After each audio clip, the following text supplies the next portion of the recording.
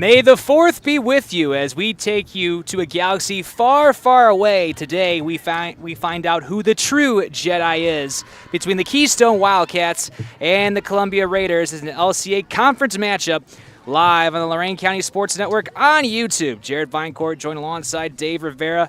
Dave, this is going to be an exciting LCA conference matchup today. Both of these teams in the top of the standings. This should be a battle. Yeah, absolutely. Keystone got the better of Columbia in the first matchup, so this is the revenge game for the Raiders as they're looking to come up on top this time, and they are led by a great group of kids, and Jeff Lavender in his second year as the Raiders head coach coming in with an 11-4 record, and I think Columbia Raiders playing at home today. It's a beautiful day, a lot of to be thankful for as we finally have a game being played as weather conditions right now in the mid-70s. It's been off and on clouds rolling through, but no rain expected today, so that's a good thing as we've had 3 of 5 of our first games rained out. This is only our second game here on YouTube, and we thank everybody for making it possible. That's spring softball for you. 73 degrees at game time, partly sunny skies. As we take a look at the starting lineups presented by Brian Baker for Lorain County Commissioner, we take a look at Keystone starting 9. It looks like this. Tatum Holzhauer will lead it off. Rylan Barrett will bat second. Anna Wright will bat third. Bristol Foster in the cleanup spot. Kaylee Zeeley bats fifth. Ava Armitage will bat 6th. Brooklyn Modoc will bat 7th. Corinne Lamb will bat 8th. And Kuriana Gran will bat 9th. Stepping into the box is Holzhauer. Tatum Holzhauer did fantastic last time against Columbia. She went 2 for 3 and had a triple and 3 RBIs in that 4-1 victory. As she shows bunt down the third base line, but it goes foul. Yeah, Holzhauer comes in batting .463, and she is a contact hitter leading off for the Wildcats. She's got 25 hits so far this season. Holzhauer on a 3-game winning streak, or 3-game hitting streak, as she grounds it past the diving third baseman Anderson and into left field for a base hit. A great start for Keystone. As it extends Tatum's hitting streak now to 4 games. And that's a good start for the Wildcats. Keystone, they come with a record of 14-4, 7-0 in the LCA. And Keystone, they have just been a dynasty of a program forever in Lorain County and in the state of Ohio, as showing bunt and bunting it foul is Rylan Barrett. Keystone, they've made it to the state Final Four 19 times. They are 5-time state champions, their most recent state championship back in 2021, and they won the national championship back in 2012. The 0-1, Barrett shows bunt again and bunts it back foul, 0-2 the count. Second-year head coach Anna Sexton looking to bring Keystone back to those promising days, as they had a great year last year, only losing 1 time in conference, but a tougher non-conference schedule made it a little harder. Absolutely. Last year, 15-10 were the Wildcats. Barrett takes up high, 1-2 the count. And Keystone, they were part of the Patriot Athletic Conference, now in the LC8, and since 2014, they have won their conference every single year, and they only have 5 conference losses since 2014. If you take a look at the conference losses, Keystone, they lost to Wellington last year. In 2024, they lost to Firelands. Then in 2016, they lost to Black River. In 2013, they lost to Black River and Columbia, who won the LC8, or the Patriot Athletic Conference, rather, in 2013. Runner goes, the throw down, not in time. Holzhauer in there safely. Barrett strikes out looking, and they're at 1 down. Stolen base for Holzhauer. And we now have a runner in scoring position with 1 out. Keystone, their 10-game winning streak was broken recently back on April 24th against Padua. And they're coming off a loss against Midview. They lost that game 10-7 to the Middies. Anna Wright up to the plate. 6 for her last 11, went 2 for 4 last time against Columbia.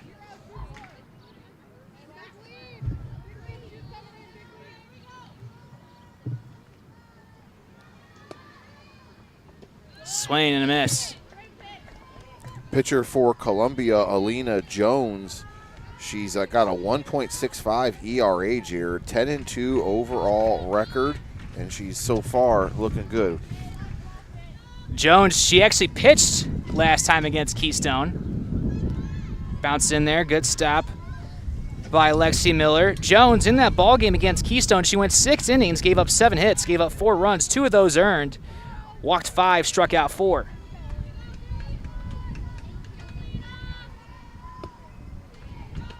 High, 2-1 the count. Holzhauer playing on the bases as she has a huge lead from second base to third, kind of baiting the catcher to make a decision.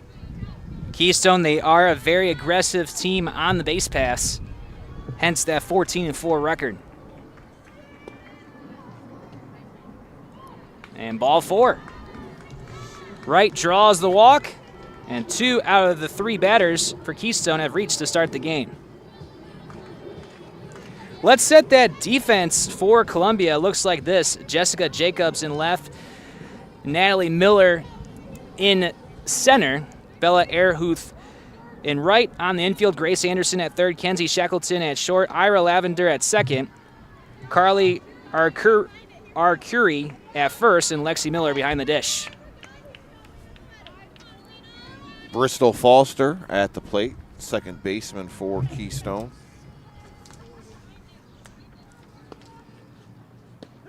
Foster takes a strike. And Foster comes in, averaging .423, 22 hits on the season, 21 RBIs. She's got a couple Wildcats on the pond right now. 5 for her last 11 with 7 RBIs. Keystone trying to threaten early. Popped up on the infield on the cut of the grass. Making the catch is Jacobs for out number 2.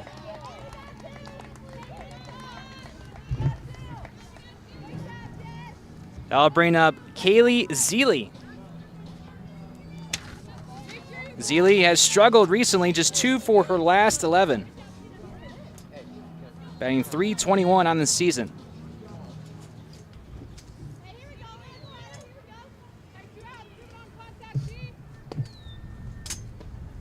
Misses outside for ball 1.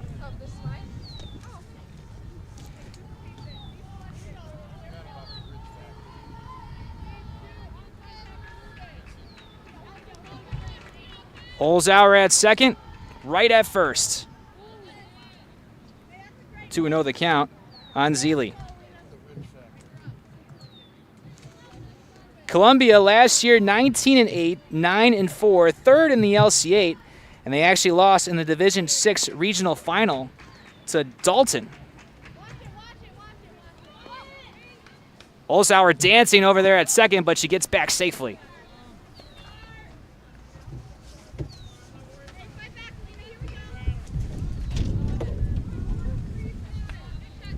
Two out, 2 on here for Zeely.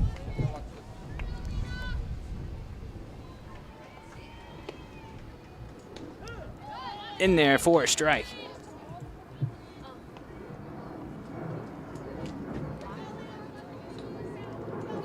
We'll see if Holzhauer tries to steal another base. 19 stolen bases now in the season. That's most on the Keystone roster. The pitch. Just misses for ball 4. So the bases are juiced. Second walk of the inning issued by Jones.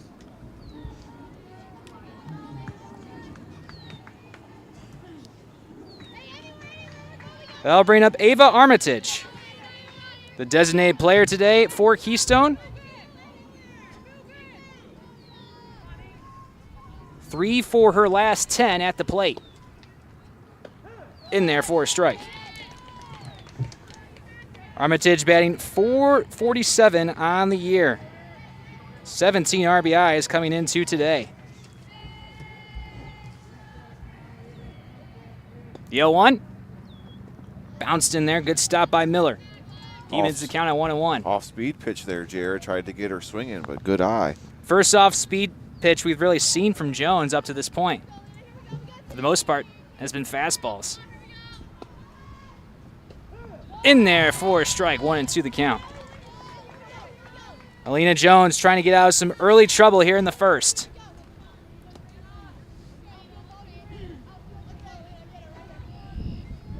The 1-2.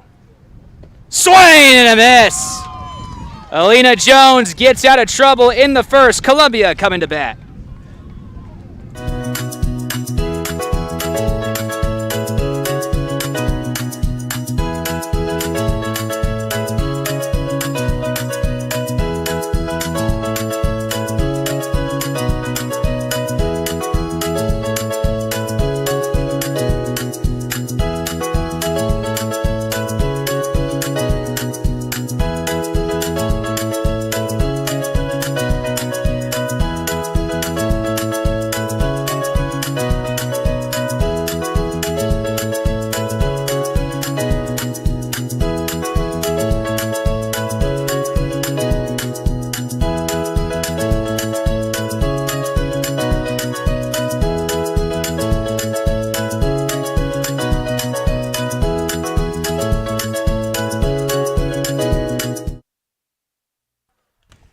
Bottom of the first, no score.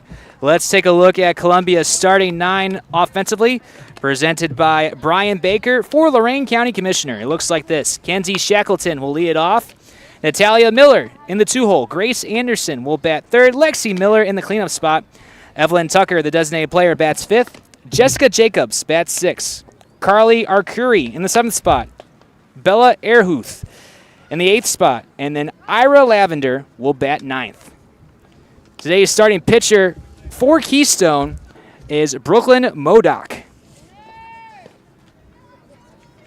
Modoc on the season, on the mound, inside the circle for Keystone, an ERA of 1.27, making her 6th appearance and first start of the season. Both pitchers coming in with a very impressive ERA, Jared, under 2 for their team.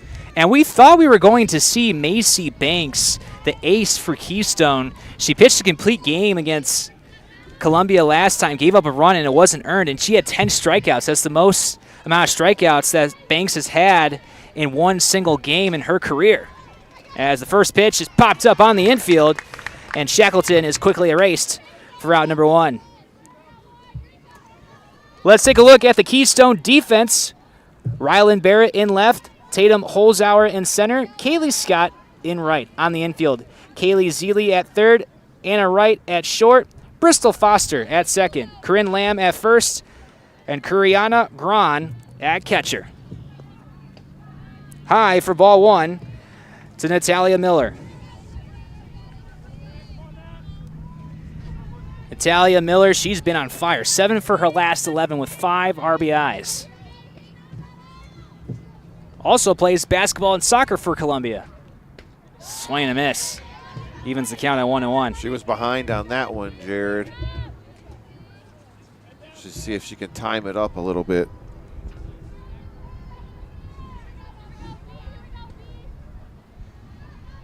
The 1-1 for Modoc. Popped up on the infield. Coming in as the center fielder, Holzauer, and she makes the catch for out number 2. She's in the outfield for a reason. That speed showed right there, and there are quickly 2 gone. 2 hard hit balls, Jared, but right at Keystone defenders. Keystone with great defense.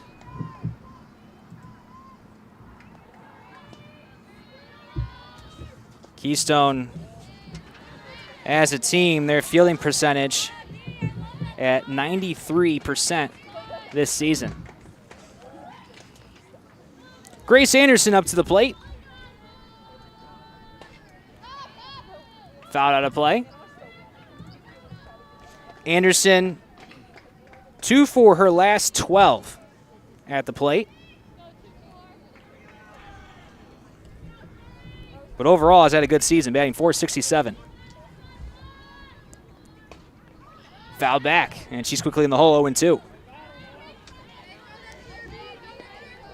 Columbia, they are coming off back-to-back LCA conference victories. Back on April 27th, they defeated Wellington, and most recently against Brookside, won those games handily. Modoc gets her first strikeout of the day, and Columbia goes in order. We'll head to the second, no score.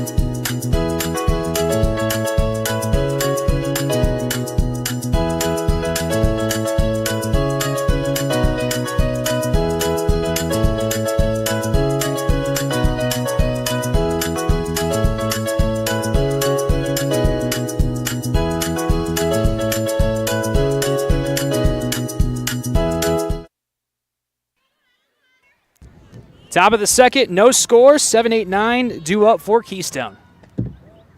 Taking ball one is Brooklyn Modoc. Modoc 5 for her last 10 at the plate. She's had a fantastic season offensively. Had a 4-hit game against Black River not too long ago.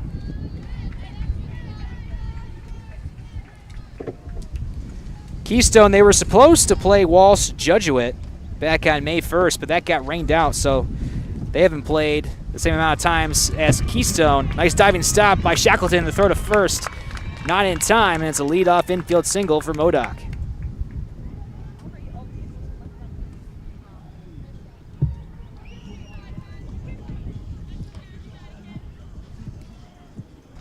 Corinne Lamb up to the plate, and I'm actually surprised, Dave, that Lamb is batting 8th in the order because she has a 9-game hitting streak coming into today, and she's batting .481 in that 9-game hitting streak. Looks like we're going to have a pinch hitter, a runner here, Jared. Pinch runner for Modoc. It's going to be I'm trying to look I saw number 5, but we don't 5. have a 5 on our roster. Unless someone switched the numbers. Could have been. We'll see if we could find it here. Runner goes. That one was hit off of her foot. And it's a foul ball on Corinne Lamb.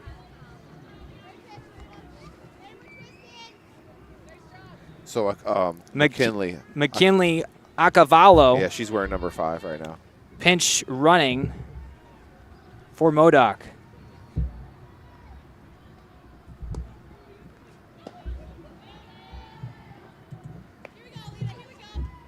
And we'll see if Keystone tries to steal some bases here.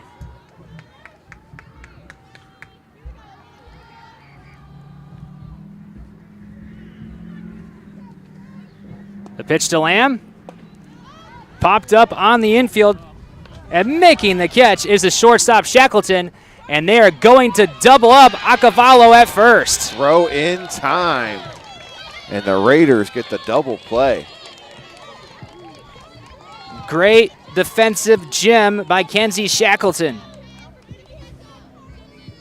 2 down.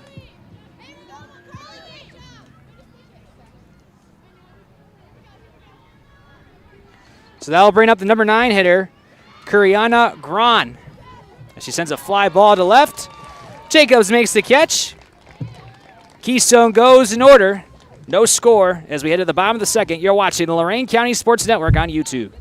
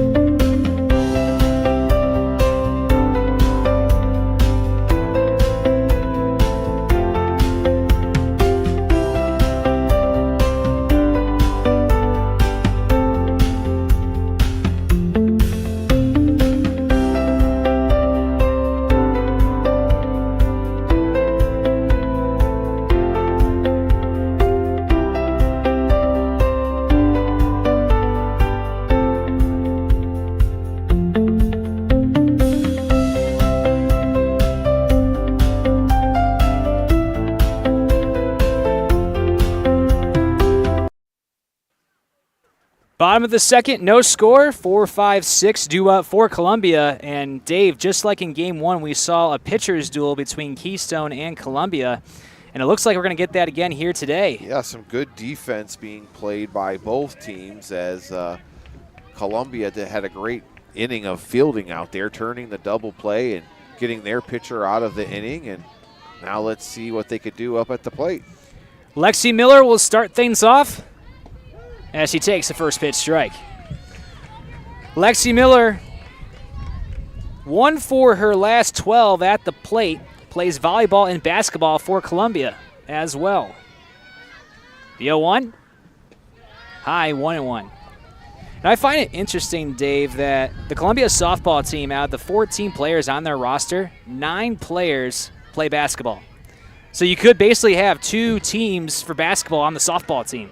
Division VI schools with great athletes playing multiple sports. Miller laces a single back up the middle, the first hit of the day for Columbia, and they have their leadoff woman aboard here in the second. She heard you, Jared. 1 for 12, her last paid appearance. She said she wanted to hit a hit today. Well, we'll see if Evelyn Tucker can do the same thing, who comes up to the plate for Columbia, the designated player, hitless in her last 3 games. But Tucker, overall this season, a nice batting average, batting .308, 13 RBIs on the season. We're going to have a pinch runner for Lexi Miller. And it's going to be Brooke Miller who will pinch run for Lexi Miller.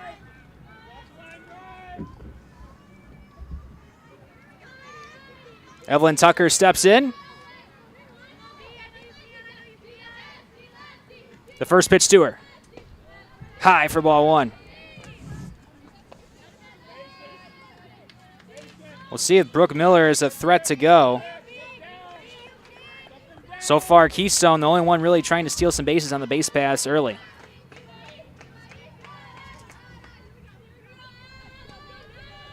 The 1-0. In there for a strike, evens the count at 1-1.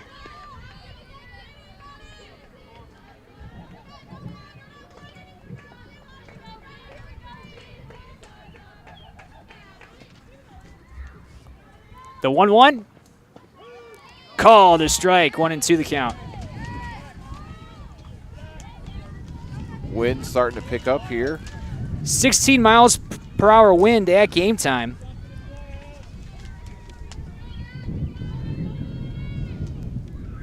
The 1-2, just a tad low, evens the count at 2-2.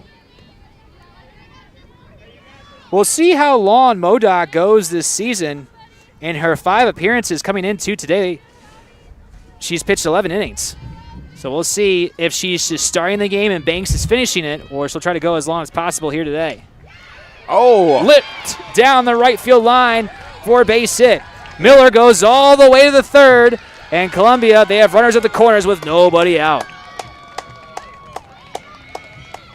And the right fielder didn't play it cleanly, Jared, as she tried to get it out of her glove and throw it and just couldn't get it out in time. And base runners on the corners. Kaylee Scott not able to field it cleanly. I don't know if that's going to be marked a single and error. Believe just a single. As that will bring up Jessica Jacobs. Jacobs 2 for 3 last game against Brookside with a couple of runs driven in. The pitch to her. High for ball 1. Throw down to second, nobody home. Dangerous play there, Jared. Throwing to second base with a runner on third, maybe trying to bait Miller on the corner. I think that was the goal by Grant. I agree, Dave. The 1-0. Fouled behind home plate. Evens the count at 1-1. We saw Keystone with bases loaded in the first. They couldn't score. Columbia now with their best opportunity up to this point here in the second. Runners on the corners and nobody out.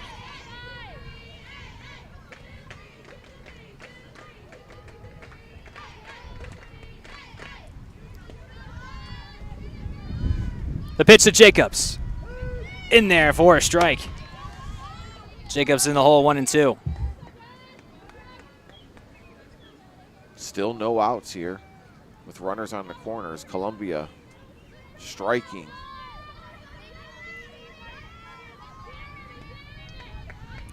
The 1-2. Back up the middle. The shortstop right goes to second for 1. On to first. Not in time. Miller scores and Columbia strikes first. So RBI single for Jessica Jacobs puts Columbia on the board first.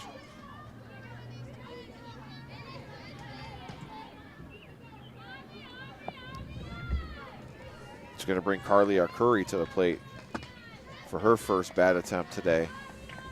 She's the first baseman. Arcuri 1 for her last 9 at the plate as she swings and misses for strike 1. Columbia coming in today have won 6 out of their last 10. And looking good here at home here to start against the Wildcats. Just a tad low, throw to first, not in time. 1-1 the count on Jacobs.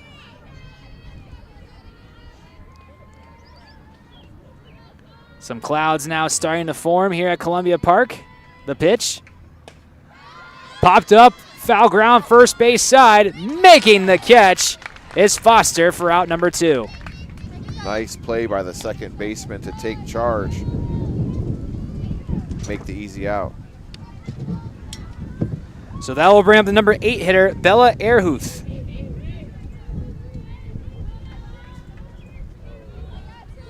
Columbia already with 1 in on the RBI fielder's choice by Jessica Jacobs. Swing and a miss.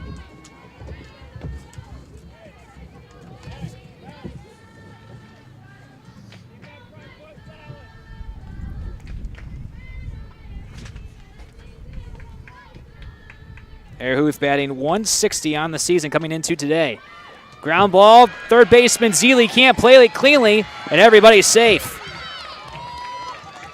As the third baseman, it was a ball hit hard, Jared, and just couldn't field it cleanly was Kaylee Zeely at third base, and both runners advance. So it keeps the inning alive for Columbia. Jacobs at second, Erhuth at first. Ira Lavender up to the plate.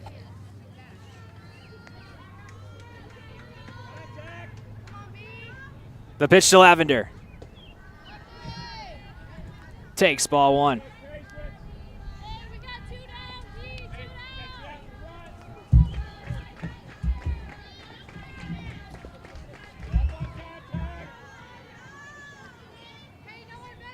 Modoc gets the sign from Gron.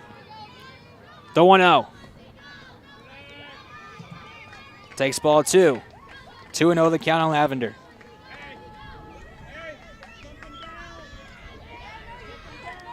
Jacobs at second.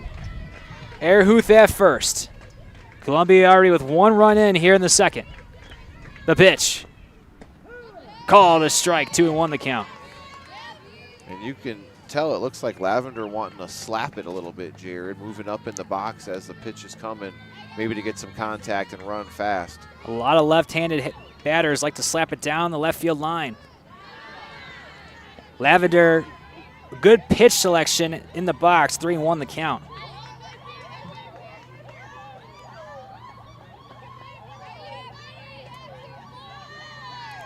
The 3-1. Lavender shows bunt and bunts it foul. Full count.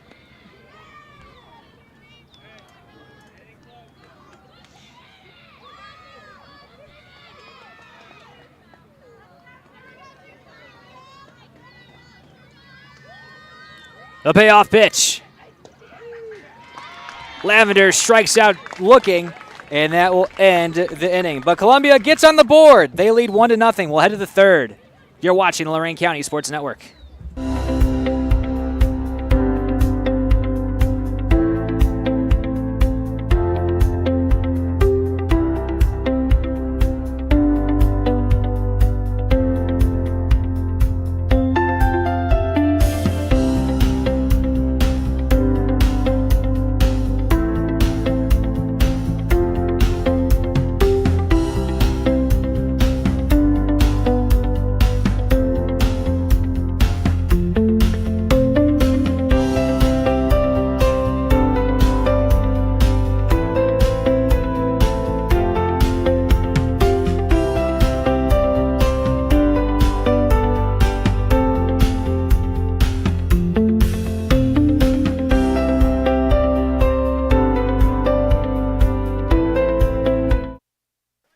Top of the third, Columbia leads 1-0. Due up for Keystone, the top of the order. Tatum Holzhauer will lead it off. Had a single her first time up. When you take a look at this Keystone dynasty that we talked about, Dave, at the start of the game, Keystone, back in 2021, they reached 1,000 wins as a program. And to date. We just came up on the anniversary of that, I believe. Yes. Because I remember the OHSAA had posted it. Yes, they did. And currently coming into today, Keystone, they have 1,113 wins. And they are the only school in the state of Ohio with at least 1,000 softball wins. So that just shows how much of a dynasty the Wildcats have been over the last decade and a half. That national championship team in 2012, their most recent state title back in 2021, trying to get back to the state tournament this year.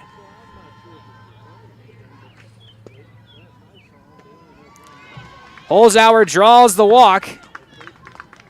And Keystone has their leadoff woman aboard here to start the second, or the third, rather. My apologies.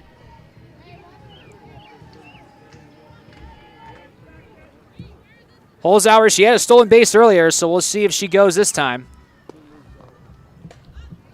Nice bunt by Barrett. Going to first is Jones. Holzhauer head to third. The throw not in time.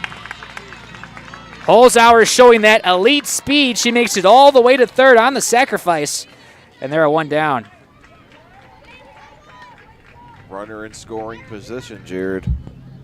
Bringing up Anna Wright, the shortstop. And that can only Keystone hit the ball so well, but they play small ball so well too. And we just saw it right there by Barrett. Anna Wright had a walk her first time up. Steps into the box. Wright takes the first pitch strike. Keystone trying to answer the run that Columbia scored in the bottom of the second. Keystone, they had runners full in the first, but couldn't score. Wright takes it up high, 1-1 the count.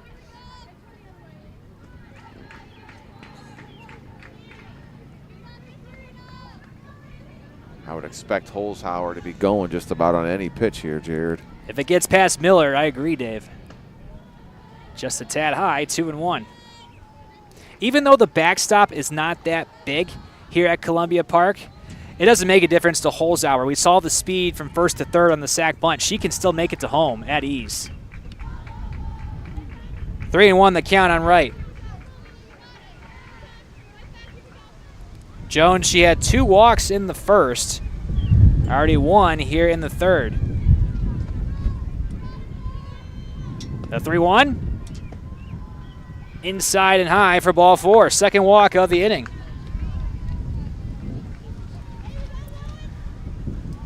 Wind starting to pick up here at Columbia Park, as we have a mound visit at the plate, or at inside the circle, rather. Thank you, everyone, for tuning in on the Lorain County Sports Network on YouTube for today's telecast. We're so thankful we're able to play here today. The JV game is behind us for baseball for Columbia and Keystone. Yeah, it's senior night for Keystone for the boys, so the varsity is in LaGrange, and the JV game is right behind us here for this varsity matchup for the ladies. And just a beautiful setting and site here at Columbia Park. You have the library right next to us, the fire station. There's a playground as well. Just great amenities here at Columbia Park. Bristol Foster up to the plate. Takes ball 1. Heading to second alertly is Anna Wright, and she's in scoring position. Give her her first stolen base of the day. Is it raining, Jared? Just a tad drizzle. It's sunny and raining right now. Just a tad of a drizzle. Very weird. Oh, high fly ball, deep left field. Jacobs watches it fly. A 3-run home run for Bristol Foster, and Keystone takes the lead. Wow. Big hit by Bristol Foster as that ball, Jared, just kept carrying and carrying. I thought the left fielder was going to have a chance as it just goes over the fence. So Keystone answers in a hurry from the 1 run that Columbia scored in the bottom of the second. Bristol Foster with a huge bomb and a huge swing for the Wildcats. For Foster, that's her 4th home run of the season. quickly changes this ball game now. 3-1 in favor of the Wildcats after the long home run by Bristol Foster. Base is empty for Kaylee Zeely. Zeely walked her first time up as she swings and misses for strike one.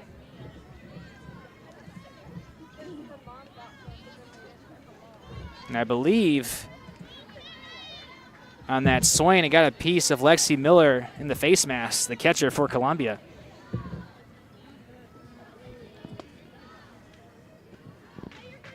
High, 1-1 the count on Zeely.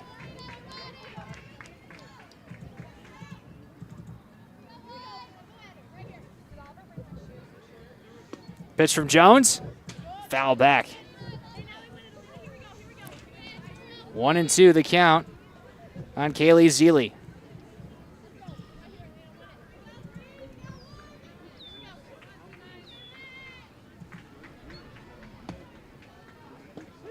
Called strike three. That's exactly what Columbia needed after that big home run, is to come back and get an out now. Puts two outs on for this inning. Down the right field line, fair ball. And it goes out of play. So I believe it's going to be a ground rule double. Which they are bringing the runner back to second base. So with the amenities and dimensions here at Columbia Park, the fence lines are the last resort for in play. If it rolls past the fence lines, it is out of play, and that's exactly what happened on that hit down the right field line. So it goes as a double for Ava Armitage, and she's 1 for 2 now on the day. Low for ball one to Brooklyn Modoc. Had a single her last time up. Keystone already with 3 in thanks to the 3-run homer by Bristol Foster. Modoc fouls it, third base side.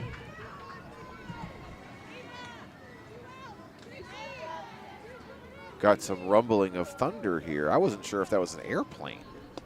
Super producer Chris said no. There's some thunderous clouds rolling up on. We'll have to see if Max, the news guy, can give us a weather check. It was sunny at the start, but now gray clouds have formed here at Columbia Park. And the temperature has dropped as well. Wind is picking up as well. I think it's that storm that's coming in tomorrow. 66 degrees, the temperature has dropped. They're expecting rain in about 2 minutes, but it's not going to last long, as it's only supposed to last for 10. Temperature has already dropped 7 degrees since game time. Yeah. The pitch to Modoc, high for ball 4. So Keystone and Modoc keep the inning going, and I believe Modoc is going to have a pinch runner again. Last time it was McKinley Avocalo, and it'll be Acavalo again. So 5th walk so far for Alina Jones in 3 innings. She walked 5 Keystone Wildcats last time, and now has matched that here today. As taking the first pitch strike is Corinne Lamb, hitting to a double play her last time up.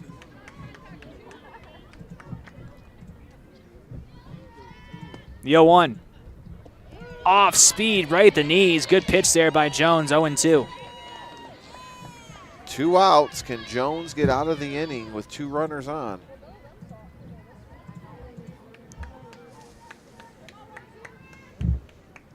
The pitch to Lamb. Oh. High fly ball, deep right center field, off the fence. Coming in to score is Armitage. Right behind her is Acavalo. The throw not in time. A 2-run double for Corinne Lamb. Keystone leads 5-1. Hard hit balls by the Wildcats this inning, and that one, Jared, almost making it over the wall as well, as they're really getting to Jones now. Fouling it out of play is Kuriana Gran. Gron flew out her first time up. Gron actually wrestles for the Keystone Wildcats girls team as well, was a state qualifier this past season. And we just had some lightning, it looked like. And they're going to stop the game. The umpires saw the lightning right away, and the players will head off the field. So we'll take a quick break as well, and we'll get you posted and let you know exactly what happens here in this weather delay. 5-1 in favor of Keystone.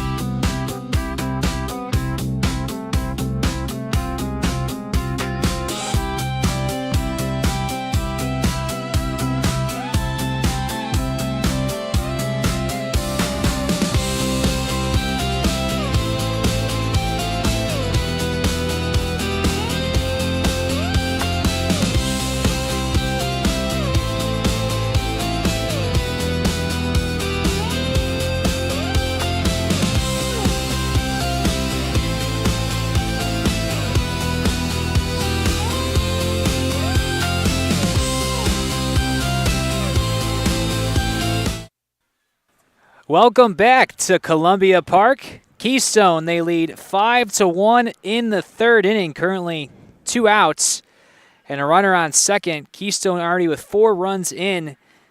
4 runs in the third inning. 5 runs in. I cannot add right now. You're okay. 5 runs in thanks to a 3-run homer by Bristol Foster and then a 2-run double by Corinne Lab. And that's where we stand as of right now. The rain has gone away. It seems like it's a front that has come in and come out. Moved quickly, but it might have done its damage, Jared, as the athletic director, Jason Ward, walking the field along with head coach Anna Sexton for Keystone and head coach Jeff Lavender from Columbia. We're worried about the field conditions. They're going to bring out the rake, see if they could turn over a new soil patch and get this game going, because right now I think that's the main issue. I think the rain has passed us. Lavender on the field with the rake, trying to get the field in playing condition. But up to this point, 5-1 our score. What was once a beautiful day to start the game at Columbia Park, and there wasn't has now even turned into a cloud storm. There wasn't even any rain in the forecast. It was supposed to not hit until like 8 o'clock, which I figured we can get the game in by then, and then something pops up and boom, it had everybody running and people gathering under our tents, and we got all the equipment out of harm's way, and now we're watching athletic director Jason Ward for Columbia. I look at it this way, Dave. Columbia, they're home to the Lorain County Hot Stove League. Hot Stove is starting their season, and there are Hot Stove teams and other Little League teams on the fields here at Columbia Park. So I got to think, if these little kids are going to play, so are the softball teams here at Columbia Park. To be determined, as we are still waiting to see if the field will be playable. But how long is as Dave said, the rain should be go. Do we have to? Is there still a certain time limit that we have to wait, or is that? Well, we saw one lightning strike, and that was a half hour. So the half hour is already up. I mean, the lightning strike. Well, no, actually, still a few more minutes. The lightning strike hit at 5:35. It's currently 5:51. So by 6:05, the teams can play, as long as the field is playable and it's not raining, and another lightning strike doesn't come out. But 6:05 is the earliest we can start, and Columbia trying to get the field in playing condition. Columbia did their damage, Jared, in the second inning with an RBI single from Jessica Jacobs as she batted in Evelyn Tucker, and that's how Columbia's got their 1 run. It's 5-1 in favor of Keystone. We're in the top of the third, and we have 2 outs, but and we have Cariana Gran is at the plate. Number 9 hitter for Keystone, as the sun is now shining. Back and forth. They say April showers brings May flowers, but I don't see any flowers, so I'm hoping that that changes here, especially today in Columbia Station.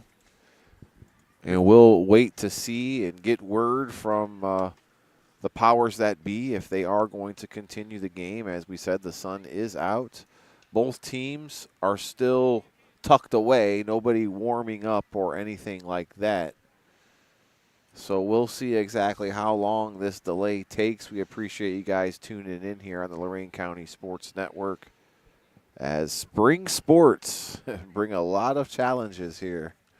Especially when you don't have a turf infield. Some Lorain County schools have a turf infield, some don't. Columbia does not. So a lot more challenge for the Raiders.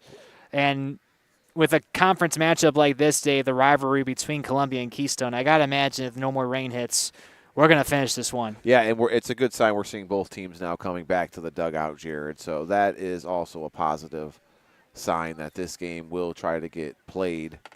And even if it's just maybe 2 more innings, so that it could be official. I'm not quite sure how many innings you have to play. I believe it is 4 for softball, but I'm not 100% sure. Don't quote me on that. 4 or 5 is a good target area for innings to get in. We'll see what happens, as the weather right now looks to be clear, and we're just trying to clean up the playing field for the kids.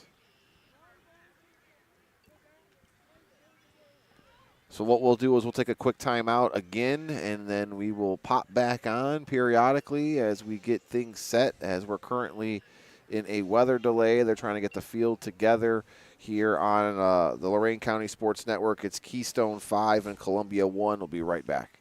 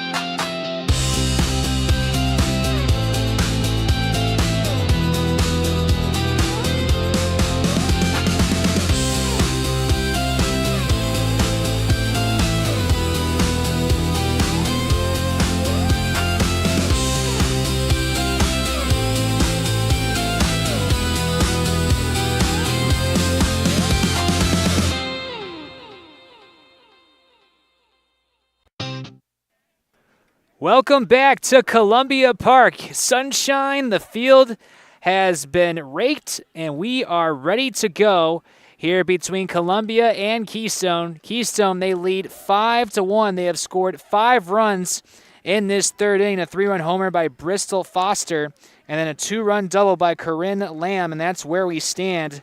Lamb is at second, and Kuriana Gran is up to the plate. Are you surprised that Alina Jones is coming back out after the weather delay? Yeah, usually after a weather delay, especially at least a half hour plus, there's a new pitcher that comes into the ball game. But we've seen over the course of time in history for softball, it seems like pitchers' arms in the game of softball are made of rubber because they can go many more innings, many more pitches than baseball players because of the arm angle that they throw at. But I am surprised, like you said, Dave, that Jones is still into this game. As Gran steps up to the plate, flew out her first time up. On the ground to second. Lavender has it and throws her out to end the inning. Keystone, they score 5 times. They lead 5-1. Well, at the bottom of the half here on the Lorain County Sports Network.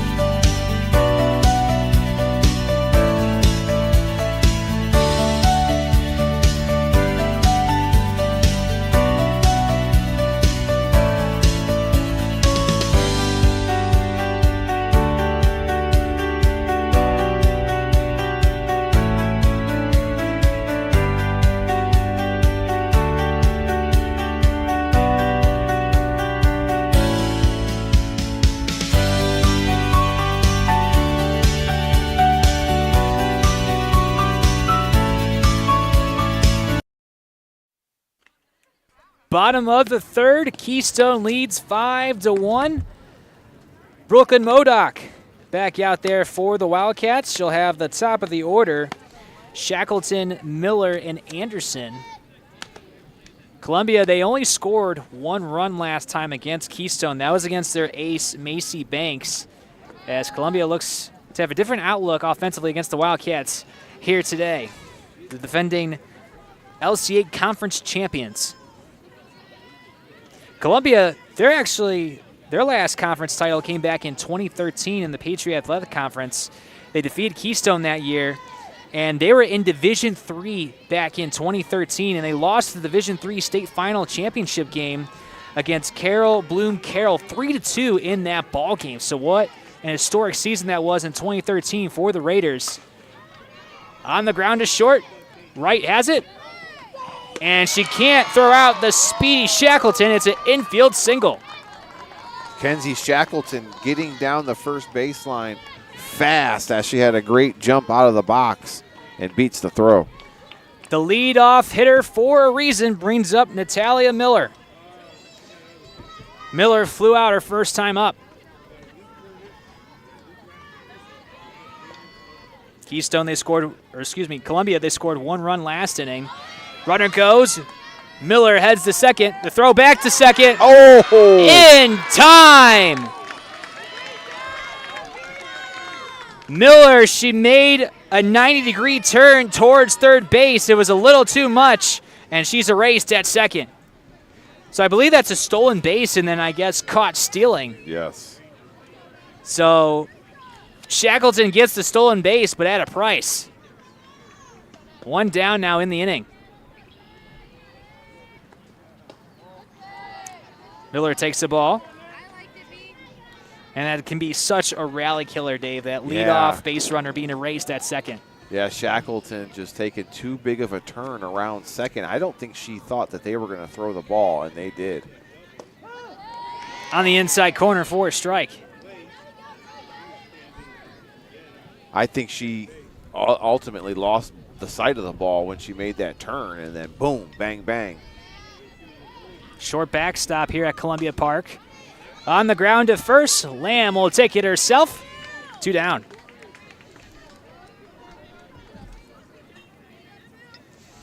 That'll bring up Grace Anderson. Struck out swinging her first time up, back in the first. So we talked about this volleyball and basketball squad mixture for this Columbia Raiders softball squad. So there's 9 basketball players on the Columbia squad. There's also 4 volleyball players on this softball squad, as that's popped up on the infield.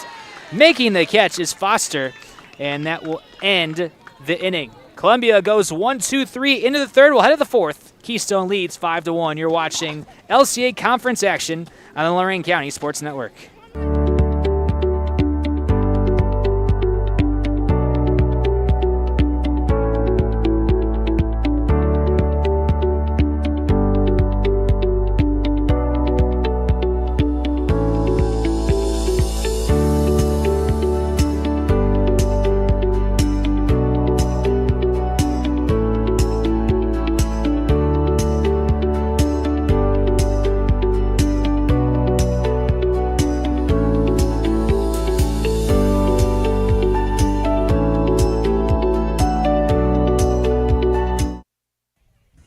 Top of the fourth, 5-1 our score. Keystone leads. Keystone, they scored 5 runs in the third, and they're looking to do that again. They bat around, so it brings it back to the top of the order. Tatum Holzhauer, as she takes ball 1. Holzhauer, she started the inning in the third with a walk and came around to score. 1 for 1 on the day. The 1-0. Outside, 2-0.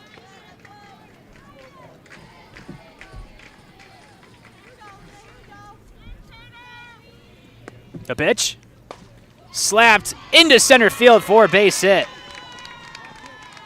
Holzhauer with a lead-off single to start the fourth for Keystone.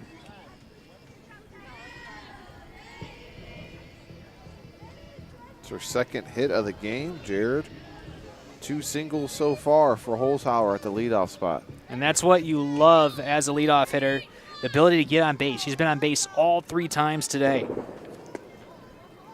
Barrett bunts it right back to Jones. She goes to first and throws out Barrett. Holzhauer this time stays at second. Last time up on the sacrifice bunt by Barrett, Holzhauer, she went all the way to third. This time stays at second. Second sacrifice bunt by Barrett today. And now we'll bring up Anna Wright. Wright walked and came around to score her last time up. 2 walks on the day. On the inside corner for a strike.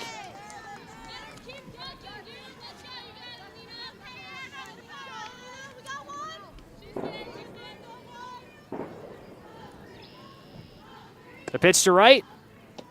High, evens the count at 1-1. A lot of festivities going on here today at Columbia Park. Some Little Leaguers playing today. Made it through a rainstorm, and now it looks like a completely different day. Right, fouls it back. And this is probably the warmest day we're going to have this week, because tomorrow the storm's going to hit. I'm sorry, folks, for those of you watching at home, but if you have a high school baseball or softball game tomorrow, it's not going to get played unless you have turf. But even then, I don't think it's going to be played. Yeah, it's supposed to start raining all the way from 12 all the way through the early evening. So we'll see what teams can get a game in.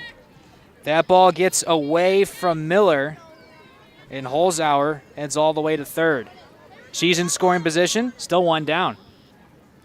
The pitch to Wright, fouled back. Wright putting up a good at-bat against Jones. 2-2 the count.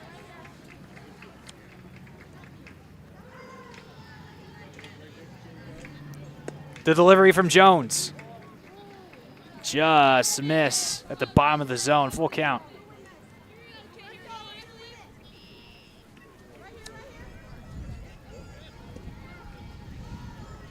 The payoff pitch. Slapped and taking it on a bounce as Arcuri steps on the bag for 1 onto home plate. Not in time. Coming in to score is Holzhauer. And it's a 6-1 Keystone lead. Now 2 down. Wright did what she was supposed to do, drives in, Holzhauer from third, extends the lead here for the Wildcats. Get him over, get him in. That's it. Keystone out to the 6-1 lead. And that brings up Bristol Foster. Had a 3-run homer her last time up. Foster with great power on this Keystone roster, now with 4 home runs, leads the team. On the ground and past the third baseman, Anderson, down the left field line for a base hit. Thinking 2 is Foster, and she's in safely with a 2-run double. Standing up is Bristol Foster. Hard hit ball past the third baseman. Just fair. And that home run that Foster hit back in that 3rd inning, Dave, as a team, Keystone, they have 7 home runs. Foster has 4 of them. Just shows how great power she has inside the box. Kaylee Zeely up to the plate. Struck out looking her last time up, 0 for 1 on the day. The pitch to Zeely. High for ball 1.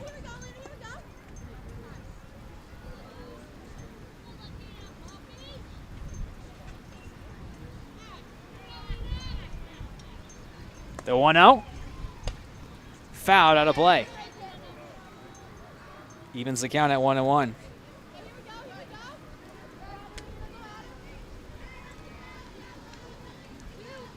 Kaylee Zeely also with a walk on the day.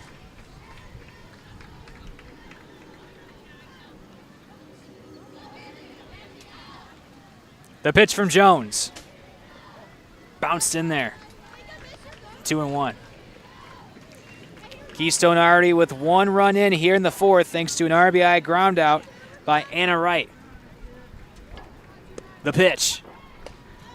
Popped up and out of play.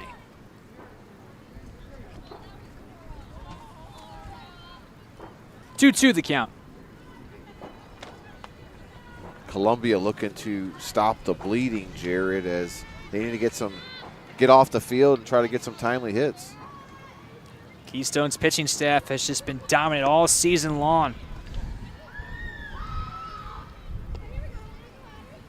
One on and 2 out now for Keystone.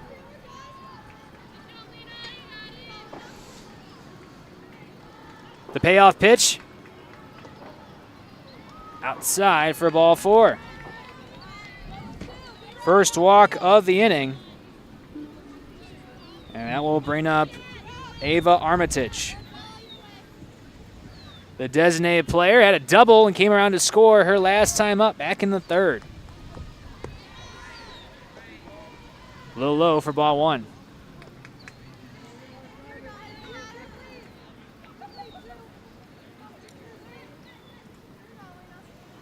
Foster at second, Zeely at first. Here's the pitch. Bounced in there. Good stop there by Miller. 2-0 the count. Pitch is starting to look a little low, Jared, for Jones on the mound. The only other pitcher that Columbia has is Grace Anderson, and Anderson has pitched in 4 games this season. That's on the ground to short, and not playing it cleanly is Shackleton, and that will keep the inning alive. The bases are loaded for Keystone on the air by Shackleton. It's going to bring up the pitcher, Jared, Brooklyn Modoc. Let's see if she can help her cause on the mound. Modoc with a single and a walk. Came around to score last inning as she rips it into left field for a base hit. 1 run is in. Here comes Zeely. She scores 2. Wow. A 3-run double, Jared. And Keystone has blown it open. 9-1. 9-1 our score. And we're going to have a pitch runner on second, Jared, as number 5 for Keystone is going to be, that's McKinley Acavalo, who pitched run earlier in the ball game. Looks like she's going out to second base. Let's see if we get a new pitcher in. No, it looks like they're keeping Jones in. And I think Jones is in for the long run. I don't think Anderson at this is going to come in.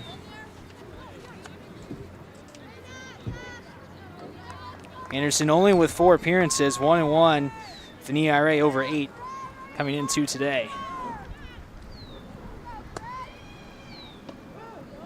Taking a strike is Corinne Lamb. She had a 2-run double her last time up.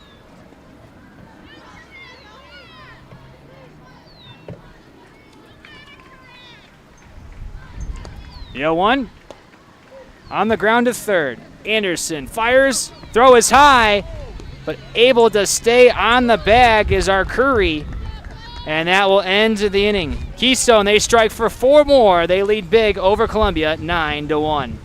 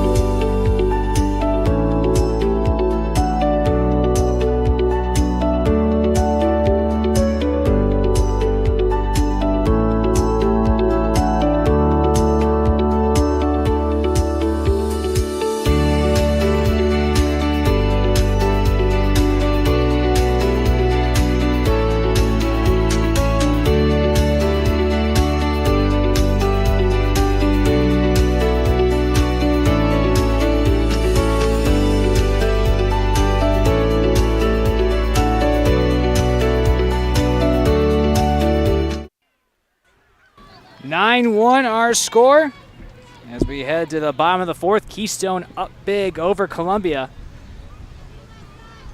4-5-6 due up for Columbia. It's taking ball 1 is Lexi Miller. Miller had a single her last time up back in the 2nd and has scored the only run for Columbia up to this point. The 1-0. Bounced in there. 2-0 the count.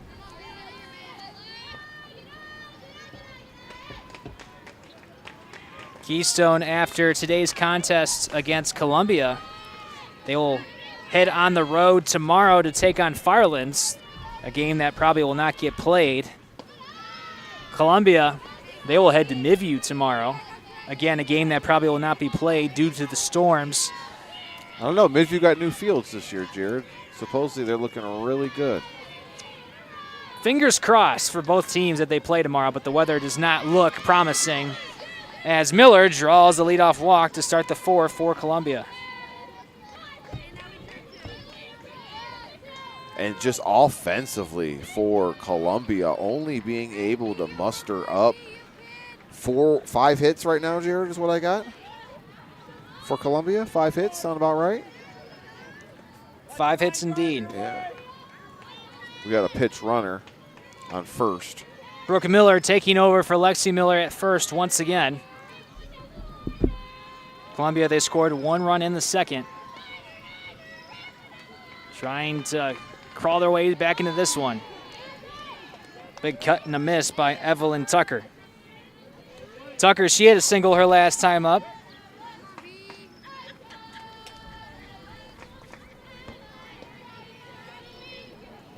The 0-1 in there for a strike, 0-2 the count.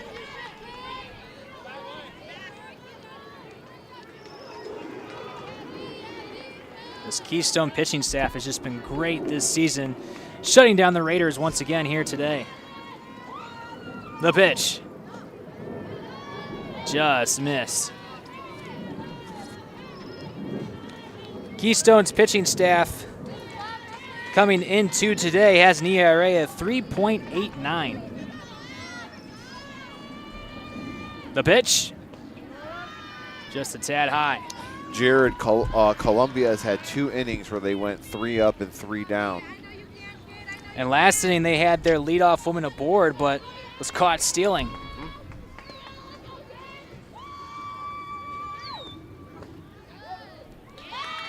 Modoc on the mound has only given up those 5 hits. Just Columbia hasn't able to put anything together in an inning. Tucker went too far. She's out number 1. And that brings up Jessica Jacobs. An RBI fielder's choice, the only run of the game up to this point for Columbia, as she swings and misses for strike 1. Brooke Miller at first.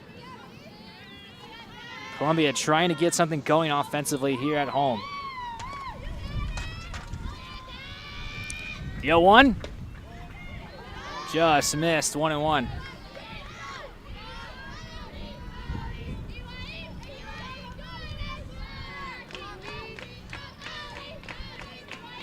Brooklyn Modoc looking efficient for the Wildcats here today inside the circle. In there for a strike, 1-2.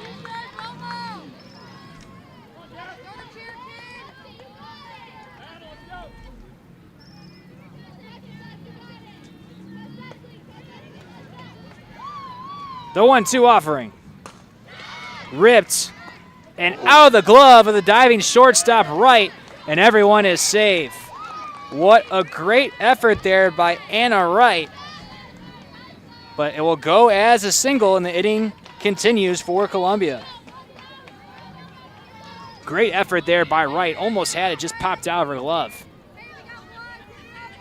It's going to bring up Jessica Jacobs, who's got the lone RBI today with a single in the second.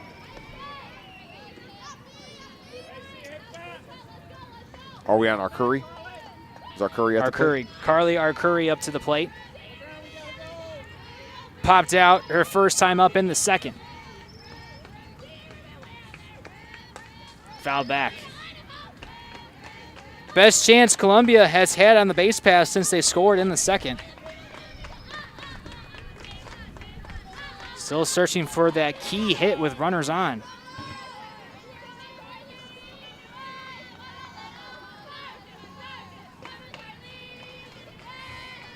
The pitch from Modoc. Swing and a miss.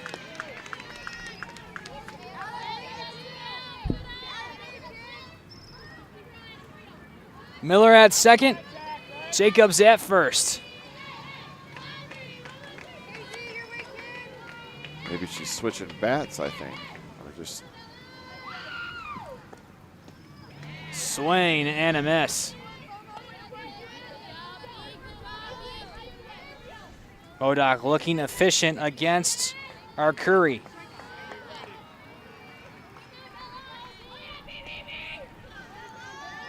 The pitch. Fouled. Off the bat, it looked like check swing. Excuse me, check swing off the end of the bat. We're on the first base side, behind the fence, beside the tree, behind the parents, trying to get the best view possible right here today. Called strike 3. Arcuri's out looking, and that will end the inning.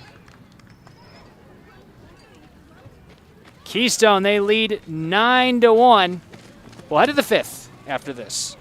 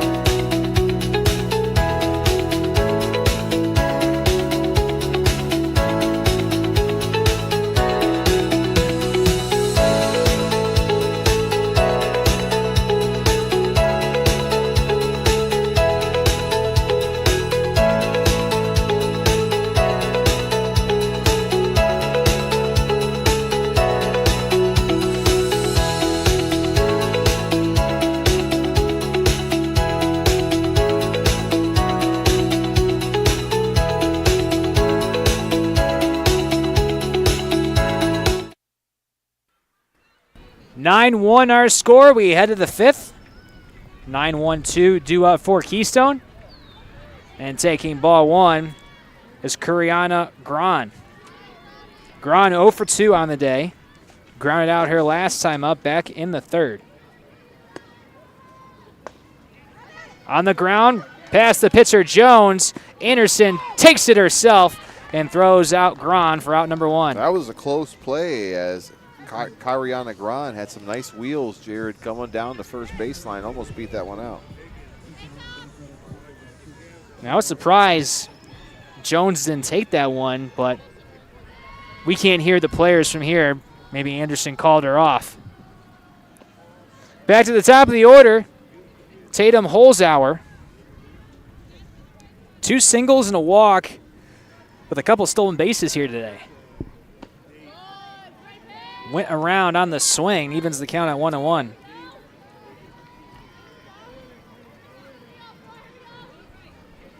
Jones trying to have a clean inning and get her offense back in the dugout. 1-2 the count on Holzhauer. The pitch. High, 2-2.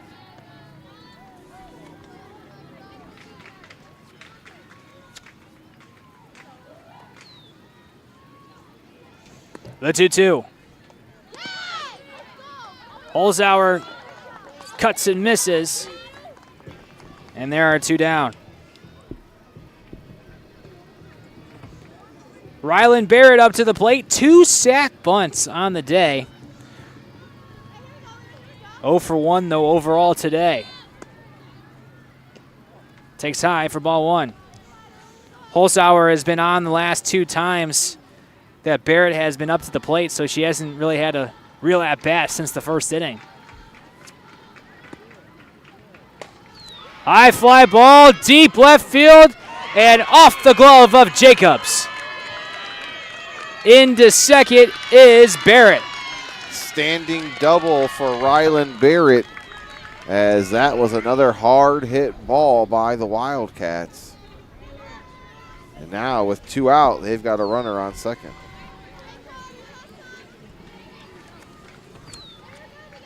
And you can't afford that if you're Columbia. Keystone, they've scored 9 runs in the last 2 innings. Columbia needs a clean inning.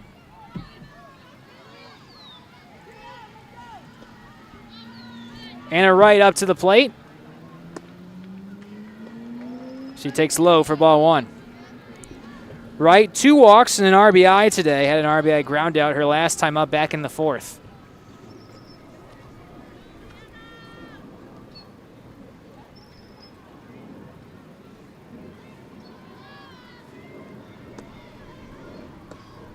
Low, 2-0.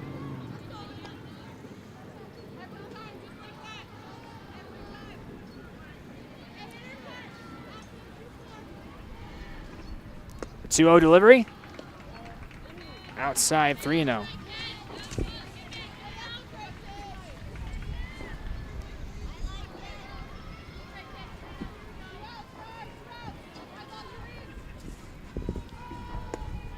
The pitch. Ball 4. First walk of the inning. Second walk overall for Wright today. And it's interesting as this game goes on, Dave. Keystone coming into today have 74 stolen bases, but really haven't run that much on the base pass here today against Columbia. On the ground to third, Anderson steps on the bag, and that will end the inning. We'll head to the bottom of the half. Keystone leads 9-1. You're watching the Lorain County Sports Network on YouTube.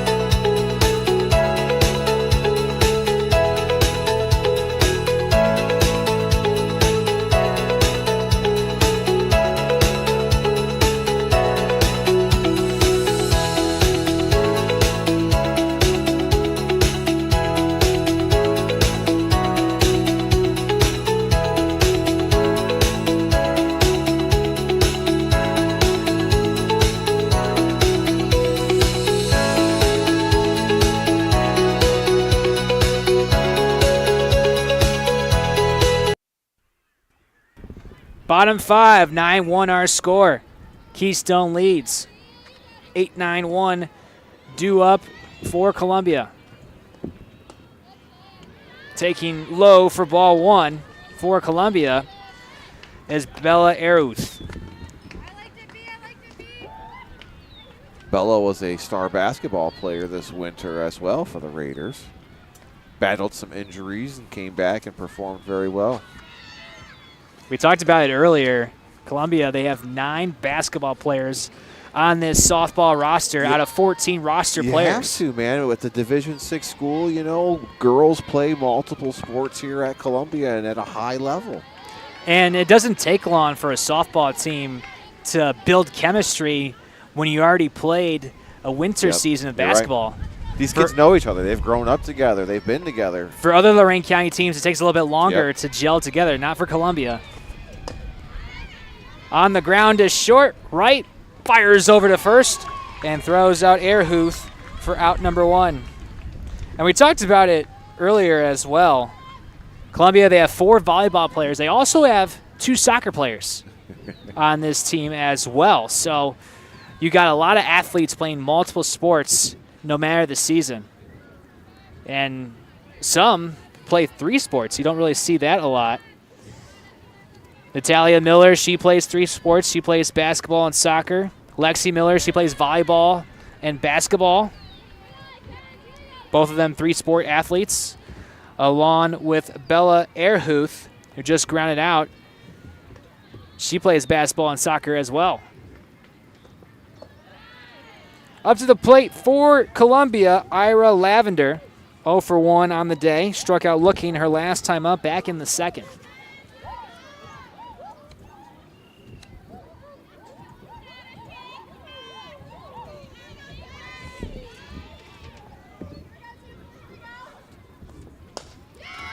Fly ball, left field. It drops for a base hit.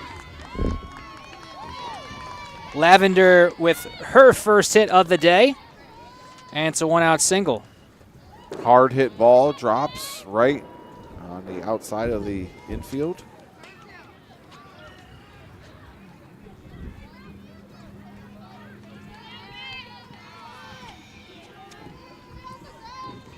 So that will bring up Natalia Miller.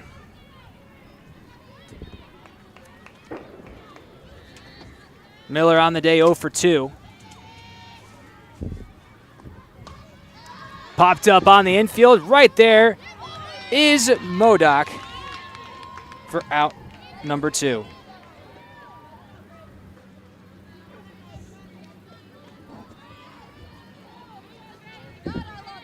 Grace Anderson up to the plate. 0 for 2 on the day. Popped out her last time up.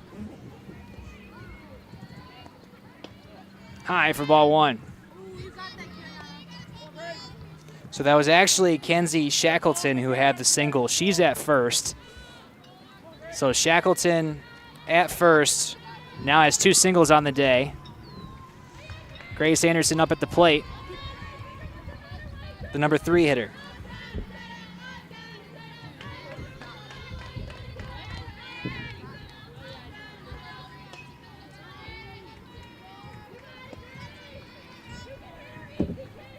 The pitch.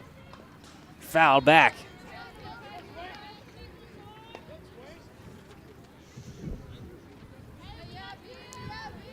Grace Anderson, last time against Keystone, had a double, was the majority of the offense for the Raiders. They just had 4 hits last time against Keystone.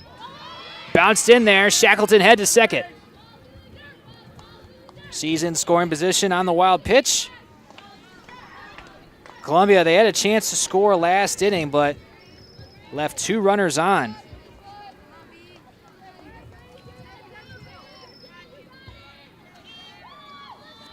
The pitch on the ground to second. Foster throws over, and that will end the inning. Columbia, with a runner in scoring position, cannot score. Well, out of the 6th here at Columbia Park, 9-1 our score.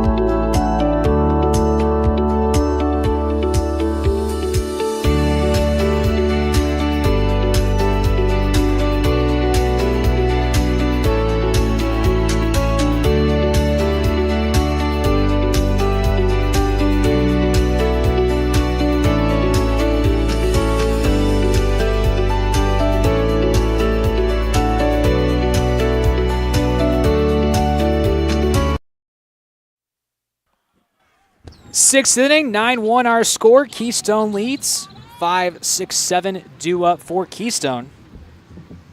Kaylee Zealy will lead things off. Walked and came around to score her last time up. Jared Vinecourt joined alongside Dave Rivera on the Lorain County Sports Network, live on YouTube. Good crowd here today for this varsity softball matchup in the LC8. In there for a strike. We even survived the weather delay there, Jared, as we had quite a rainstorm come through and get everybody out and under some type of cover. Yeah, we have a tent here, so we're thankful that we didn't get any rain on us.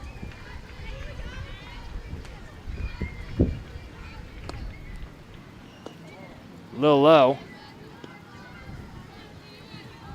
Zealy, the third baseman, batting now. The pitch to Zealy. A little low for ball 4.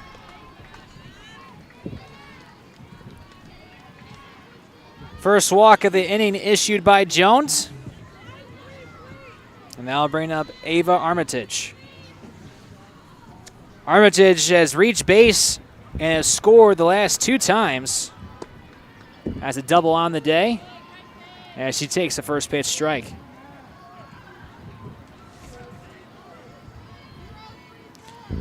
Armitage plays basketball and volleyball for Keystone. Kind of seeing a trend here, Dave. Yep. With Lorain County athletes. If you play softball, more times than not, you play basketball or volleyball. Got to keep yourself in shape during the off season, and why not play a different sport and build some other skills? And each sport, like the training, the lifts you do, are a little bit different. And some of them are same in their own right, but I got to imagine the basketball lifts, there's a few different workouts that you're doing conditioning-wise. You're working different muscles, so you're not, blowing out your ACL constantly by being a basketball player or whatever sport it is that you play in. So it allows other muscle groups to get worked while you're playing different sports. And what's great about softball and basketball, their workouts kind of align with conditioning because you're running short sprints on the court and on the field, especially if you're an outfielder as well. Back-to-back walks to start the inning for Alina Jones. Keystone, they've scored 9 runs here today, 5 in the third and 4 in the fourth. You mentioned it. That's really Columbia's ace, and they're going to live and die with her. So no other pitchers warming up or even looking to come in right now for Columbia. We mentioned it earlier, Grace Anderson, the only other pitcher for Columbia. She has 4 appearances on the season with an ERA of over 8, but it doesn't seem like Jeff Lavender is going to go to her here today. In the air to right center, and it bounces off the fence. Coming in to score is Zealy. Armitage stops at third. It's an RBI double for Brooklyn Modoc, and it's 10-1 Keystone.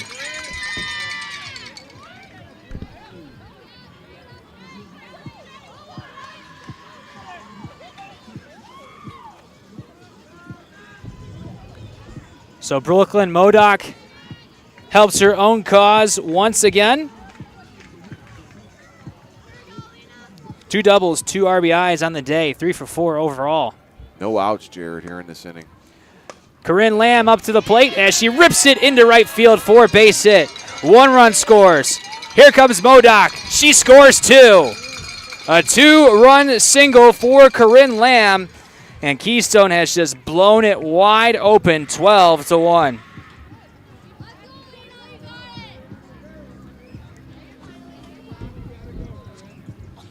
What a big hit there for Corinne Lamb.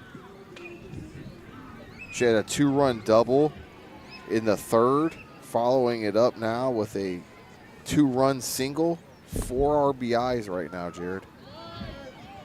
This Keystone offense is just flourishing offensively like we've seen over the last decade and a half.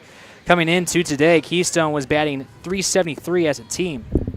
And also something to keep in mind is the 10-run rule by the OHSAA. If a team is up by more than 10 runs after 5 innings, the game will be called. So Columbia will get a crack at it at the bottom of this inning to see if they can extend the game. On the ground is second. Lavender fires over to first, but not in time. It's an infield single for Kuriana Gran. Still nobody out.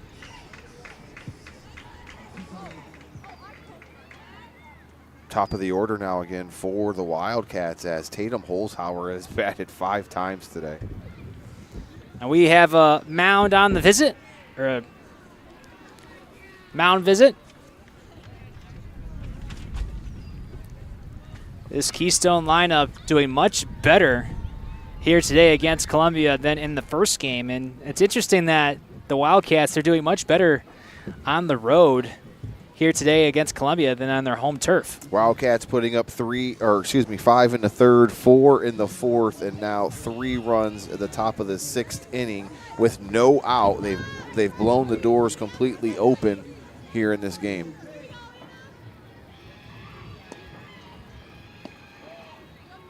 Taking a ball is Tatum Holzhauer, as Dave mentioned, up for the 5th time today. He's been on base every time except for once. Swing and a miss. She was trying to make that 15-1 with that swing. She was trying to send that to the parking lot. The pitch.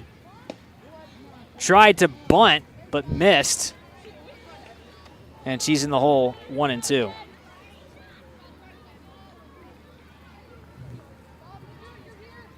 The pitch from Jones. Blooped down the left field line, but foul.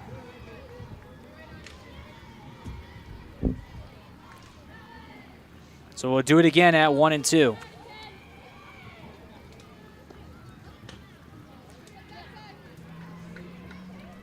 Keystone started this inning with back-to-back walks. And then an RBI double from Brooklyn Modoc. And then a 2-run single. What a play by Lamb, as that was a spectacular play by Jones to get the first out of the inning. Almost turned 2 there, Jared.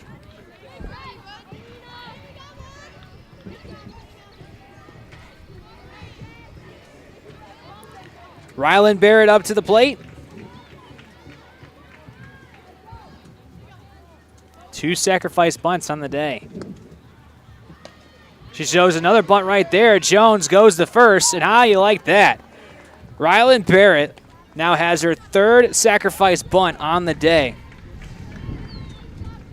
I don't know if you've ever seen it, Dave. I believe it's in Korea or Japan. They have the bunt derby. No. I think Rylan Barrett would be a great candidate for the bunt derby because she has 3 sacrifice bunts today, which is just incredible. I'd like to watch that on the Ocho.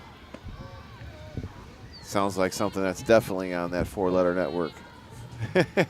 With the bunt, Lamb moves over to third, and Gran is at second with 2 down. I know I wouldn't win that. I can't bunt to save my life. I enjoyed bunting as a kid. It's an art. Oh, it definitely is art. And I didn't put my thumb in the right location on the bat either. Got to control your bat with the thumb. Anna Wright up to the plate. Walked her last time up. Keystone already with 3 in here in the 6th. Foul out of play. And you don't see it as much in baseball. In softball, you see it a lot more, the small ball. And Keystone has definitely played a lot of small ball here today, and they've shown off their power as well. Fouled out of play. Bristol Foster, she had the 3-run homer to start the scoring for Keystone. Columbia led this game early 1-0, but since the 3-run homer by Foster, it's been all Keystone. The pitch to right. Chopped foul, third base side. Head coach Anna Saxton working the third baseline, helping out, picking up some balls too there, Jared. If I try to do that, I'll hurt my back. I know. I can't field a ground ball. The pitch. Fouled back. Anna Wright putting up a good at-bat. 2 strikes on her. trying to extend this inning for Keystone.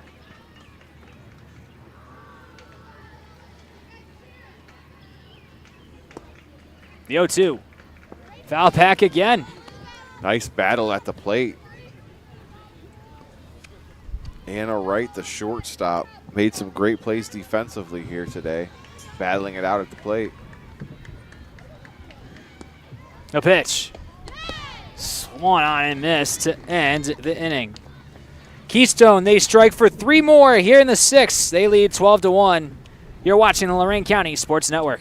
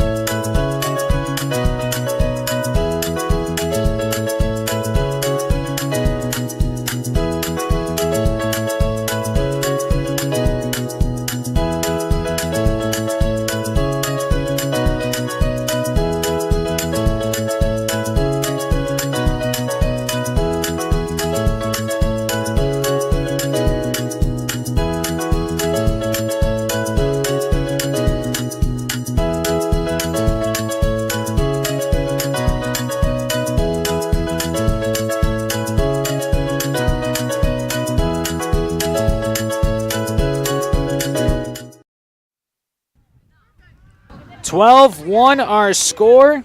Keystone leads. Last chance for Columbia. They need to score at least 2 runs to keep this game alive, but Brooklyn Modoc has been mowing down the Raiders all day long, and she's been doing it on all sides of the field. Has done very well inside the circle and in the batter's box as well. Modoc on the day, 3 hits, 4 RBIs. A perfect 3 for 3. She had the walk. Yeah, she had the walk earlier. So yeah. She's been perfect today, both on the mound and at the plate. Also has a couple of strikeouts. Has 4 strikeouts on the day. Her first batter of this inning, Lexi Miller, reached on a walk back in the 4th.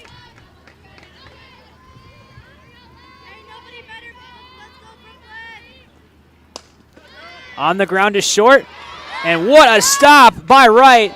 The throw is just a tad high, so Miller will be safe to start the inning. And she has led off the inning, Dave, every single time she has come up to the plate. And she is the only hitter, I believe, that Brooklyn Modoc has not been able to get out today. Which is impressive, saying how good Modoc's been today. Evelyn Tucker up to the plate. 1 for 2 on the day. Struck out swinging her last time up back in the 4th. Brooke Miller takes over for Lexi Miller as a pinch runner at first. As Keystone needs to shut down the door against Columbia to get the mercy rule. Columbia, they need to score 2 runs to keep this one alive.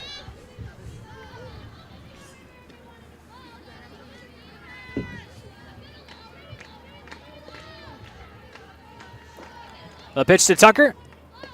Swung on and miss.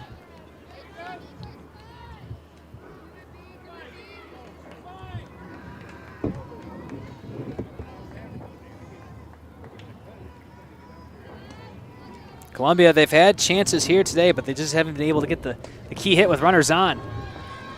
Popped up in foul ground. Zeely makes the catch. 1 down.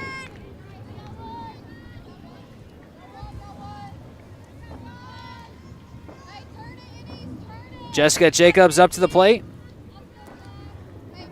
Had a single her last time up, also has an RBI. Only run driven in for Columbia here so far. That goes out of play. 0-1 the count on Jacobs.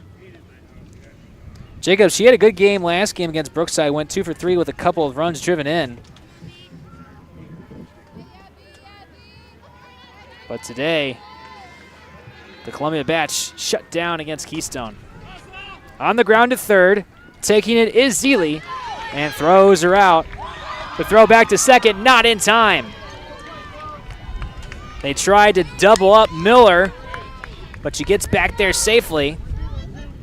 And there are 2 down.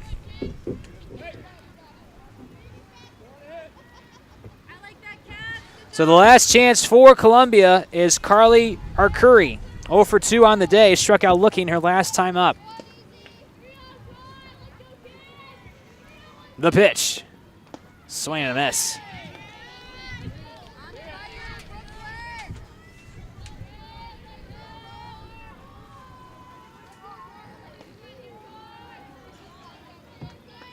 The 0-1. Swing and a miss. High heat there, Jared. Arcuri can't resist the high cheese, and Columbia is down to their last strike.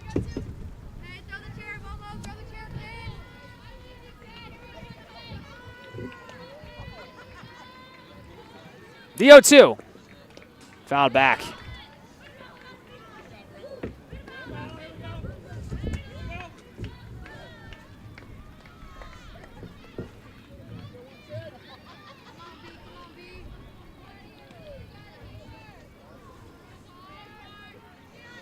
The pitch.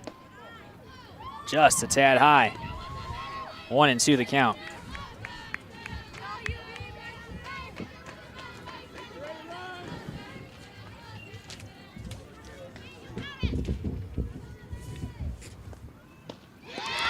And that will do it. Keystone, they get the victory in dominant fashion over the Raiders. Keystone with the victory. They move to 15-4 on the year, 8-0 in the LC8. Columbia, they move to 11-5 on the year, 7-2 in the LC8. Getting the victory for Keystone is Brooklyn Modoc. She moves to 1-0 on the season and also earns our Lane Optical in Elyria Player of the Game. See the difference. Brooklyn Modoc, she did fantastic inside the circle and in the batter's box today for the Keystone Wildcats. We'll get more into that into the post-game show presented by Dovin and Reber Jones Funeral Home and Cremation Center. The post-game show where families come together, and remember, we'll get to that in a moment. Taking the loss for Columbia is Jones. Jones now on the season at 10-3. We'll be back with the post-game show and the post-game interview right after this.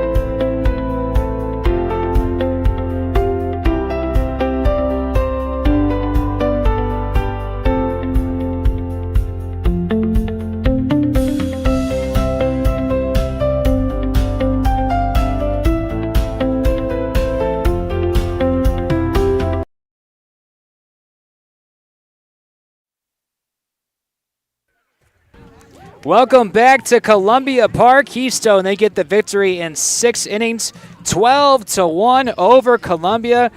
Keystone just flourishing on both sides of the plate here today, Dave. They scored 5 in the third, 4 in the fourth, and then 3 in the sixth. And it all started with Bristol Foster. She had a 3-run homer. And Brooklyn Modoc, our lane optical player of the game, in Elyria, see the difference. She had a fantastic game inside the circle and in the batter's box here today. We had a hard decision, man, as far as picking our Lang optical player of the game, as there was 2 players with 4 RBIs, 1 with 3 RBIs, but Brooklyn Modoc stood out to us because of what she did in the circle, like Jared said, and in the batter's box. She helped herself out, going 3 for 3 with 4 RBIs, and on the mound, she only gave up 9 hits today, 3 strikeouts, and 1 run. Our Lang optical player of the game is none other than Brooklyn Modoc, who just had a great performance for her team, and she continues to have a great ERA, 1 point something, as she was heading into today's game. Anna Sexton in her 2nd season as the head coach for the Keystone Wildcats, continuing that dynasty that we've seen over a decade and a half for the Keystone Wildcats. 19 state Final Four appearances, 5 state championships, a national championship as well. We'll talk to her in a moment. It's the Dovin and Reber Jones Funeral Home and Cremation Center post-game show where families come together and remember. As we will talk with Brooklyn Modoc and Anna Sexton in a minute. And on the other side for Columbia, drops to 11-5 now and pretty much done in the LC8 standings, as Keystone will wrap up another conference title, very soon. Yeah, Keystone has won the conference title every year since 2014 when they were in the Patriot Athletic Conference, now in the LC8. And Columbia, their last conference championship was back in 2013, but like you said, Dave, not going to win the conference crown this year in 2026. Couple bright spots for the Raiders. Lexi Miller went 2 for 2 tonight. Evelyn Tucker went 2 for 3. Jessica Jacobs went 2 for 3 with an RBI. So there were multiple girls for Columbia who had more than 1 hit today, and unfortunately they just faced a buzzsaw in Brooklyn Modoc on the mound. And joining us now is the Lane Optical player of the game, Brooklyn Modoc. Brooklyn, thank you for joining us. You did fantastic today inside the circle and in the batter's box. What was working for you, able to manage both here today against the Raiders? I think that my team was behind me really today. They were just always there for me, always cheering, always there for the defense. I really do believe that my other teammates had a big part of the success that we all had today. Talk about on the mound. Did that rain delay have any effect on you or your team? Because you guys actually came out after that more enthusiastic than to start the game. I think that us all being together, huddled under the pavilion over there, that really brought out the hype. I think we all got a good chance to be together and refocus. So when we came back out, we knew what we had to do, and I think that we did great. You did really well in the batter's box today. 3 for 3, 4 RBIs. You're just continuing to smash the baseball like the rest of your teammates as well. What was working for you in the batter's box today? Again, I think the cheering really helped me. I've faced this pitcher a few times before, so making those small adjustments to just be able to put it in play, I think that helped me a lot. What teammates stood out to you defensively that helped behind you while you were pitching today? I think Anna Wright did a good job keeping all those balls in the infield. She did a great job over there. I think my outfield was there for me when it got hit. They just got it right in. I believe that every single person out there today helped me. So. You guys now have your 15th win of the season, as many wins as you did a year ago. What's different about this season in 2026 compared to 2025? I think our focus is in a different place this year, and just being able to take it game by game really has a big impact on the difference. Brooklyn, thank you so much for being our Lang Optical player of the game. Thank We're going to you. have this bat that we're going to get your autograph for And then we'll also post you on social media. You'll be able to watch the game, the replay whenever you want. You had a great performance, so it'll always live on for you. Thank you. Congratulations, Brooklyn Modoc, our Lang Optical player of the game here tonight as Keystone wins 12-1 over Columbia. Thank you so much. Thank you. Thank you so much. Congratulations. Good luck the rest of the way. Brooklyn Modoc giving us some time in the post-game show as we will now talk to the head coach of the Keystone Wildcats, Anna Sexton, in her second season as the head coach for the Wildcats, getting a dominant victory against Columbia here today. Here she comes now. Yeah, Coach Saxon was taking care of her other media obligations. As we have Brooklyn Modoc. Coach, you ready? Come on, Coach. Anna Sexton join us in the post-game show. Coach, congratulations on a dominant victory over the Columbia Raiders here today. Your pitching staff has been dominant all season long. As a team coming into today's game, your pitching staff as an ERA was under 4. What has worked so well for your pitchers this season? Oh, that's a really great question. Our pitchers, they have this mental stability, and that's something that's really hard to coach, and they just find it like that intrinsic motivation within themselves. They know that their performance is dictated by the choices that they make. And so what's really cool is if you look at them, they're just stoic, they're calm, they're cool, they're collected, and not much rattles them. Bristol Foster hit her 4th home run today. She has so much power for the Wildcats. What makes her bat special in that lineup for you? Her consistency. You know that having Bristol in our 4 spot, she's going to produce. And whatever that looks like, she's really good at getting the ball in play, and she hits the ball hard.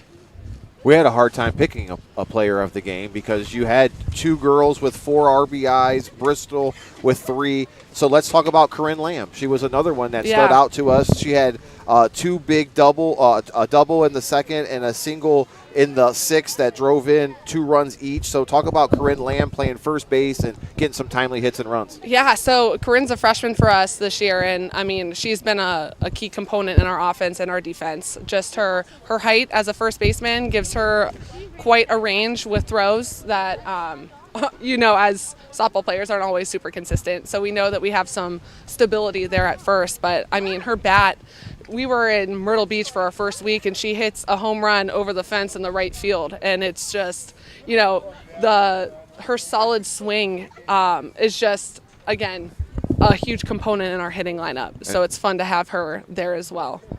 And to be only a freshman, I mean, the future's bright. Right, absolutely. How do you take this win and build towards the postseason, which is coming around the corner? Yeah, I mean, before the season started, we had kind of defined some goals. And the coolest part about that is, the voice was in, the girls. And so we let them kind of lead the conversation. And one of the goals was winning the conference.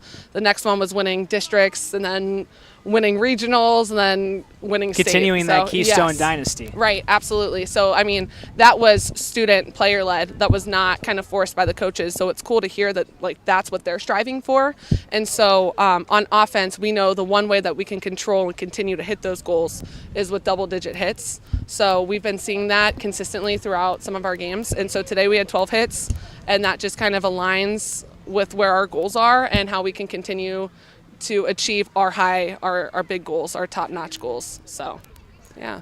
Well, Coach, we appreciate the time. Congratulations on the victory, and good luck the rest of the way. Thanks. I appreciate that. Anna Sexton, head coach of the Keystone Wildcats, giving us some time. We had a little rain delay, but the sun's out now, and the Wildcats got the victory, and that is our coverage of softball for today. We're hoping to get a game tomorrow, but we will see if Mother Nature will let us. Make sure you follow our Facebook page, Lorain County Sports Network. You can also follow our Twitter page, Lorain County Sports Network, as we'll try to keep you posted as far as what will happen tomorrow. Jared, awesome call today. We had a great game, 12-1 in favor of Keystone. A lot of great action today.